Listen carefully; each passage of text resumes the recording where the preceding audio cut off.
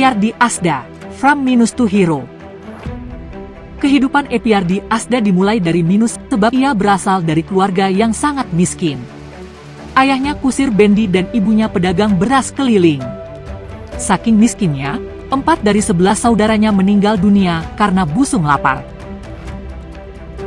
Merantau bermodalkan utang. Setelah tamat SMA pada 1982, Epyardi kuliah di Pendidikan Perwira Pelayaran Besar, P3B, di Semarang dengan hanya bermodalkan tekad kuat karena orang tuanya tidak mampu. Setelah diwisuda, pada 1985 ia pergi merantau ke Singapura. Epyardi meminjam uang untuk merantau. Dari Sumatera Barat ia menumpang kapal ikan dengan menjadi anak buah kapal menuju Tanjung Pinang, lalu ke Batam, dan akhirnya tiba di Singapura. Gaji pertama untuk ibunda. Di Singapura Epyardi berkeliling mencari pekerjaan dan sempat menjadi gembel. Setelah dapat pekerjaan, ia mengirimkan gaji pertama kepada ibunda. Gaji kedua ia gunakan untuk membayar utang. Gaji di bulan seterusnya, selalu ia menyisihkan untuk orang tua. Menjadi kapten kapal. Kehidupannya membaik. Status pekerjaan meningkat, dari menjadi anak buah kapal menjadi kapten kapal di Singapore Shipping Company. Tahun 1997 membuka perusahaan di Tanjung Priok dan menjadi terminal operator, serta merambah bisnis yang lainnya. Dan tahun 2004 menjadi anggota DPR RI. Dari hasil kerjanya, ia membuatkan rumah untuk orang tua, membelikan mereka sawah, hingga membawa keduanya naik haji. Epyardi juga membiayai pendidikan adik-adiknya. Terjun ke dunia politik. Epyardi ingin mengabdikan diri kepada masyarakat di kampung halamannya. Caranya dengan menjadi wakil rakyat dari daerah pemilihan Sumbar 1. Ia terpilih menjadi anggota DPR RI pada pemilu 2004, pemilu 2009, dan pemilu 2014.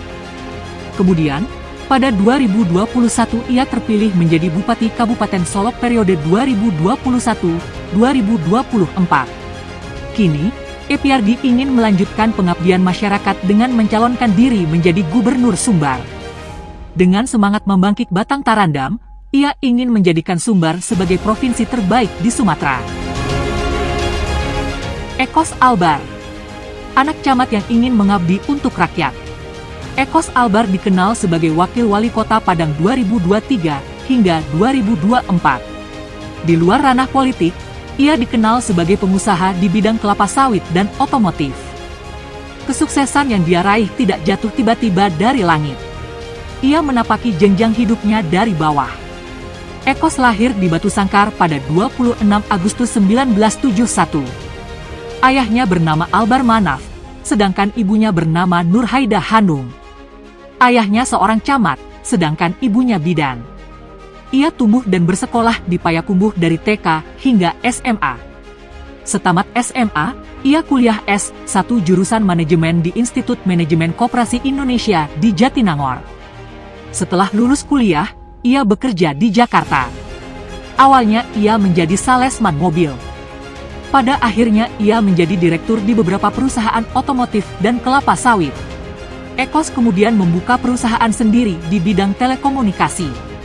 Ekos terpilih menjadi Wakil Wali Kota Padang berdasarkan hasil rapat paripurna DPRD Padang pada 5 April 2023. Ia dilantik pada 9 Mei 2023. Jabatannya berakhir pada 13 Mei 2024. Ekos meyakini semua capaiannya dalam hidup ia raih berkat doa ibunya.